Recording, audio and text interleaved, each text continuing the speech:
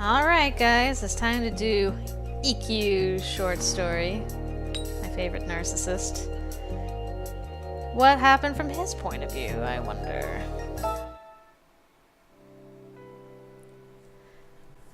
To others and myself, it was a scene reminiscent of a romantic film. Faded in color, the afternoon felt nostalgically sentimental. In the seat across from me, a girl with long hair tied up in complicated knots was sipping coffee through a straw. I was accustomed to partying with girls at this point, and this situation was no different. The coffee here is delicious, isn't it? Casually prompting her to drink, I looked softly at her face. You're welcome here anytime. I'm pretty sure this isn't RosyCheeks. This sounds like one of the girls he was dating beforehand. Yes. She gave me a watery smile and looked down at her coffee, giving it all of her attention as if to hold back tears. As she sipped, the nearly empty glass made a clinking noise from the settling ice.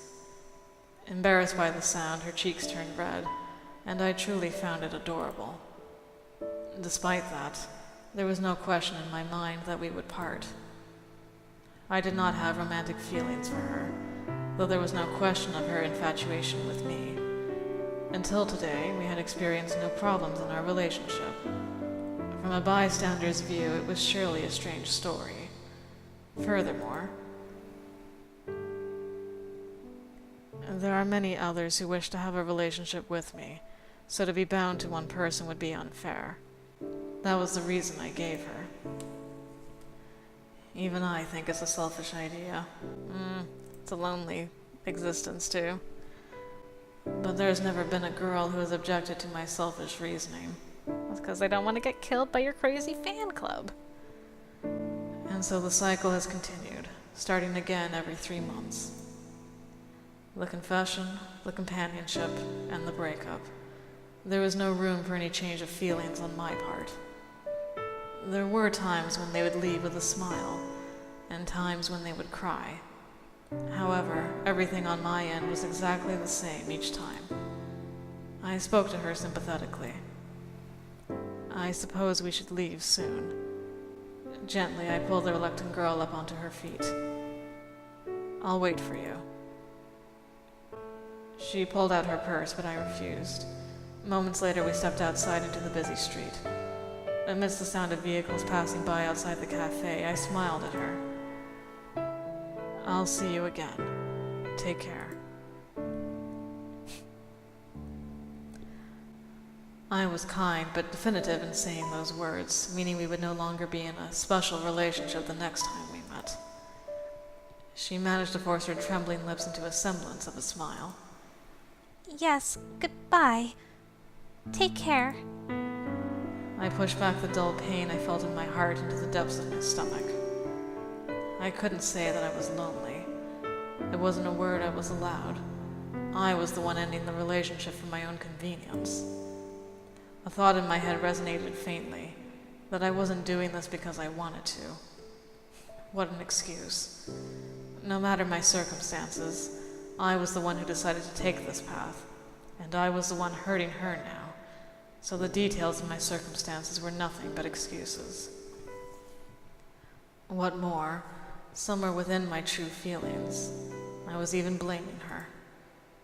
You say that you like me, but you have nothing to say about us separating. You have no objections at all. Oh, if only you knew what was going on.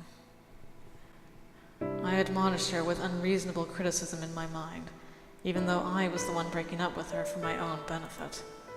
It was impossible for me to utter such things. Thank you very much. It was fun. Going out with a girl was, for the most part, genuinely fun. It became my preferred pastime to flirt, and I found all the sweet girls I could ensnare to be perfectly lovable. With as many variations of girls that existed in the world, I was fortunate to be able to try them all. God, that sounds absolutely horrible. No wonder RosyCheeks couldn't stand you. However, For one moment every 3 months, everything had to become difficult. I had fun as well. Goodbye. Having delivered the words by force of habit, I left the scene without another glance at her teary, crumbling expression. I gave her even less sympathy than I should have. I had done more than necessary during our time together to make sure I left no regrets. As it ended, I let her go as swiftly and as calmly as possible. And thus it was over. After this end, another beginning would come. It seemed that one day of this, out of a happy 3 months, was unavoidable. Moreover, the recurring situation I found myself in was common knowledge now. There was always another girl who came to confess to me a day or two after a breakup. It wasn't as if I didn't care who approached me, but I am able to find most girls cute in their own way. To be honest, I consider it one of my greater strengths. Uh-huh. I think this is... I remember having this memory as RosyCheeks. This girl coming up saying, I really like you. And she's like, you're horrible. I hope we get more of this, because it was just a very small flashback in his route. I really like you, Ikki. The girl in front of me looked up with a face full of nervousness. As expected, I found her terribly charming. Her face was as normal as any young lady's, but it was the way she gripped her skirt that I loved. Her name was Taeko, if I recalled correctly. Ah, yes, Taeko. I saw no problem in dating her. I could have a lot of fun teasing her, flirting with her, and so much more, just like with so many other girls. Until the last day of those 3 months. Oh. Or was it... Oh, it was RosyCheeks. I heard a voice from somewhere else just as I was about to reply. Taeko turned to look, startled. The person who stood at the other end of that gaze was a junior of mine from the place where I worked part-time. I'm sorry. Edging backward, she looked distressed as she tried to leave the scene. I'm interrupting something, aren't I? I'll leave. I remembered vaguely that this was the path that she used to walk back home after work. She was a rare girl, one on whom my eyes had no effect. I found it refreshing and interesting to talk with her. If she had asked me on a date, I would have kicked all others to the curb just to comply. That was how fond I was of her, but far from confessing any feelings, I was clearly aware she didn't like me, a fact which I found ironic. I was sure after witnessing such a scene, her impression of me being a playboy had grown even stronger. When I thought of this, suddenly everything else became so bothersome. We were in the middle of something, but don't worry, you needn't mind us. We'll be finished soon. Thinking I might be rejecting her, Taeko's shoulders started to tremble. Let's see. Taeko, was it? If I may be frank, you mean that you would like to date me, right? Taeko hurriedly nodded. Yes! When I date someone, I try to go as far as I possibly can with that girl. That is what I will think of our relationship. Knowing this, is it still all right with you? I always make it clear from the start. There is no possibility that I could develop stronger feelings for you. I will not even put in the slightest effort to try. Good grief. Even then, I ask, will they be fine with this? I am currently single, so if you can truly accept these conditions, I wouldn't mind dating you at all. It was only for a brief moment that Taeko showed any hesitation. Of course it's all right. That's more than enough. It'd be like a dream. Is that so? That was usually how the conversation went. Afterwards, I would discuss with her the specifics in detail. We would exchange contact information, and it would be decided. A new 3 months would begin. It was a beginning with a predetermined end. Even though I knew I was beyond feeling any misery at this point, I couldn't help but wonder if the reason I felt so wistful was because Taeko was a bit my type. I did rather like the girl I had just parted with, though. Perhaps they both were. After I settled the routine details with Taiko, with a clouded mind, I bid her a farewell. My junior, who had been quietly observing the conversation, finally spoke to me in a trembling voice. Ah, here it is. You're the worst. I blinked, somewhat caught off guard. I think that's the first time someone has said that to me. No one's ever said it to you? She glared at me, her previously dazed expression suddenly turning into one full of anger. If no one's ever told you, then I will. What you're doing is simply awful. You should be more aware of other people's feelings. Maybe you've never actually fallen in love with someone, but can't you imagine for a second what that's like? If you fell in love with someone and gathered enough courage to confess, and you were then given the response that you just gave now, can't you see? Can't you tell how horrible that is? Her voice disappeared into the air. If I fell in love with someone, if I was given the response I gave a moment ago, I had never given thought of such an idea. Having been confronted so suddenly, I allowed myself to imagine it. To imagine myself falling in love with someone was quite difficult, so instead I thought of it from the outside, observing my furious junior. The vision of her loving someone, gripping the fabric of her skirt and confessing, "I love you," and then the vision of her being responded to with, "I will go as far as I can with you." How would she react? Would she love that man enough to think that was all right? Would that man really take advantage of her innocence, of her pure feelings? God, I wanted to punch that man. Ooh, well done, RosyCheeks, making the narcissist think. This playboy. As the thought faded away from my mind, I exhaled. You're right. That really is the worst. Right? It's so terrible, I wonder why no one said this to me before. There really is no excuse. Right? You go, girl. The reason no one had said this to me before, I knew fully well. It was because anyone who looked into my eyes lost all motivation to condemn me. This was the world that I lived in. A world where everyone supported me.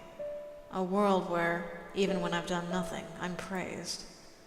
I'm given respect, and I don't receive the reproach and discussion that should be owed to me. A world where the only one who could control me was myself. No matter how hard I worked, it went unacknowledged.